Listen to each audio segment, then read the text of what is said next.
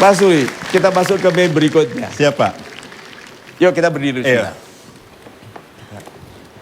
Pak Fadil, baca. Kacaunya perasaan menjelang ujian adalah proses penyusunan ulang rasa percaya diri Anda. Good. Nah, berarti orang yang perasaannya kacau menjelang ujian, rasa percaya dirinya akan tumbuh. Kalau dari kalimat ini, berarti orang yang tidak merasa apa-apa sebelum ujian tidak pernah mendewasa. Kacaunya perasaan itu adalah disusun ulangnya rasa percaya diri. Karena orang yang kacau karena takut, karena khawatir, dia akan memilih doa-doa yang baik. Dia akan pastikan dia makan makanan yang tidak membuatnya berdebar-debar dan berkeringat waktu ujian. Dia pasti tidur cukup, dia baca, dia tidak mendengarkan omongan orang lain, dia tidak tertarik pada isu-isu adanya kunci. Orang-orang ini tumbuh setelah ada masalah di hatinya. Nah, orang yang santai, yang kemudian main games padahal harusnya belajar, itu Pak, kan tidak ada kacau, perasaan kacau toh?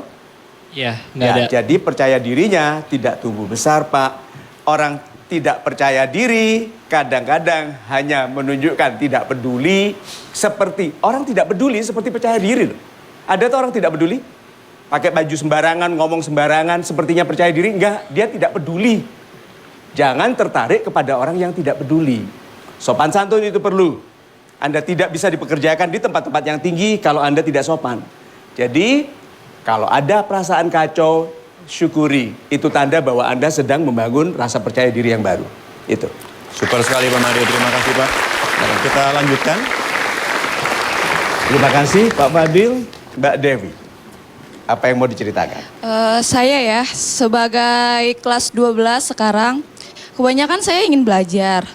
Tapi karena sekarang kan zamannya canggih ya, ada telepon genggam gitu.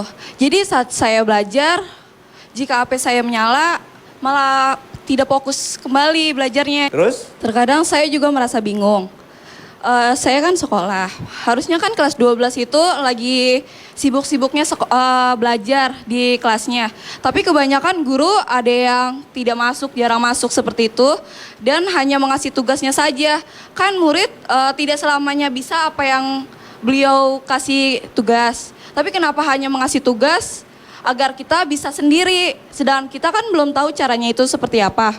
Bapak-bapak dan ibu guru yang tercinta, guru itu digugu dan ditiru. Digugu, itu waktu bicara, kita dengarkan, kita bilang sami'na wa ata'na, yang Anda katakan betul, itu guru. Ditiru perilakunya. Nah, guru bolosan. Bisa dibayangkan itu? Gampangnya kasih fotokopian, suruh belajar. Pantas nggak hebat-hebat kehidupannya. Karena Anda meneladankan sesuatu yang tidak pantas dilakukan oleh orang yang menyebut dirinya guru. Saya juga guru, lebih tua, maka saya boleh mengatakan itu kepada Anda yang muda. Bertanggung jawablah. Anak murid itu kasihan. Gini, kasihan loh murid itu kalau ada berita guru nggak datang, itu paling kasihan. Jadi diam gini, guru datang nggak? Oh nggak datang ya. Gitu. Kasiannya itu karena mereka sudah senang-senang tahu-tahu datang gurunya.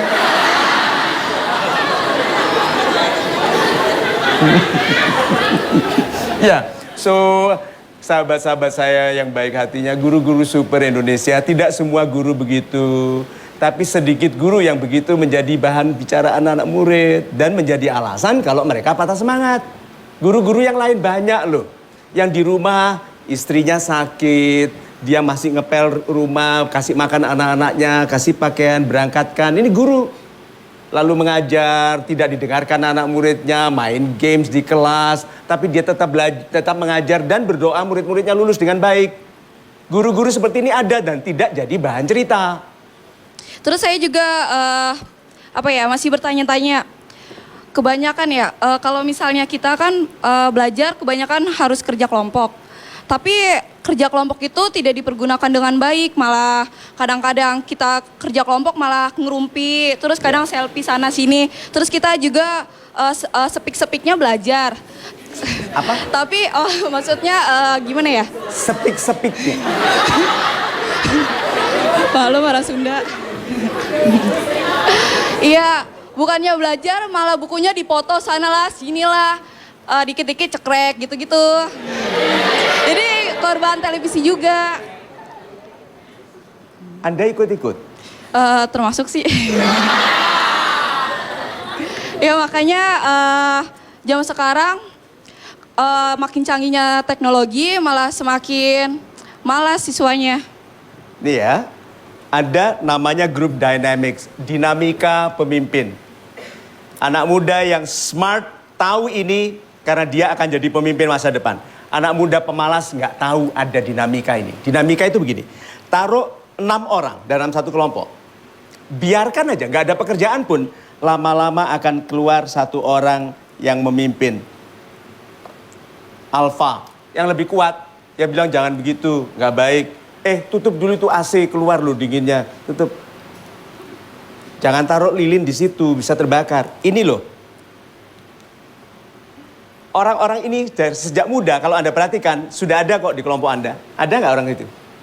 Ya, kalau bareng gitu terus langsung dia jadi seperti pemimpin. Orang-orang itu calon orang besar. Kalau Anda terlibat dalam yang main gamesnya, yang main HP, karena wajahnya terlalu jelek, dia motret buku. Tapi ini loh calon orang besar karena dia membedakan diri. Adik-adik saya yang baik hatinya, kalau Anda mau sama, samalah dengan yang hebat. Kalau mau beda, bedalah yang rata-rata. Beda dari yang rata-rata. Nah kalau gitu nasihatnya untuk diri Anda sendiri apa? Jangan terbawa pergaulan, harus punya pendirian tetap. Kalau ingin sukses ya raih masalah. Jadi ke belakangnya itu jangan dilihat lagi. Kayak masa lalu itu jadi patokan ke depannya agar misalnya kita pasti seseorang pernah gagal. Jadi jangan sampai kita gagal juga di ke depannya. Super sekali.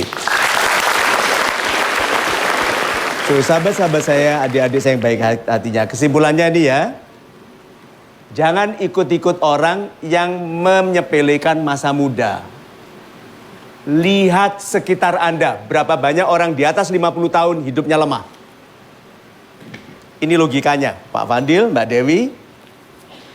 Orang 50 tahun hidupnya lemah, itu berarti selama 50 tahun hidupnya salah.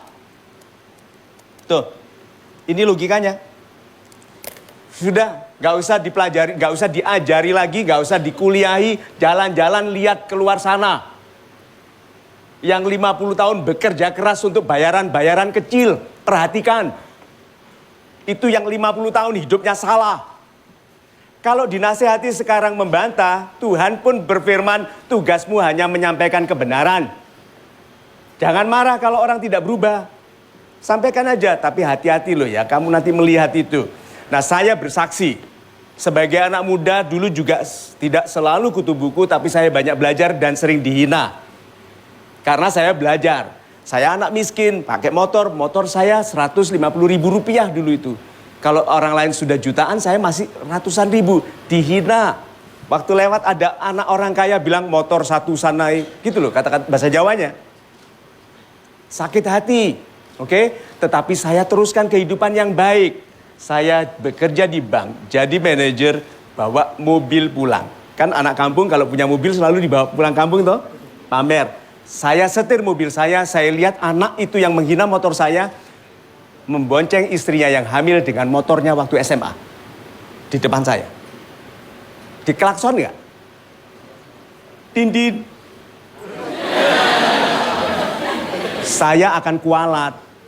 Karena itu ditunjukkan oleh Tuhan, kalau kamu serius memperbaiki diri, orang yang menghina kamu meneruskan bakatnya. Orang yang menghina sudah hina dulu.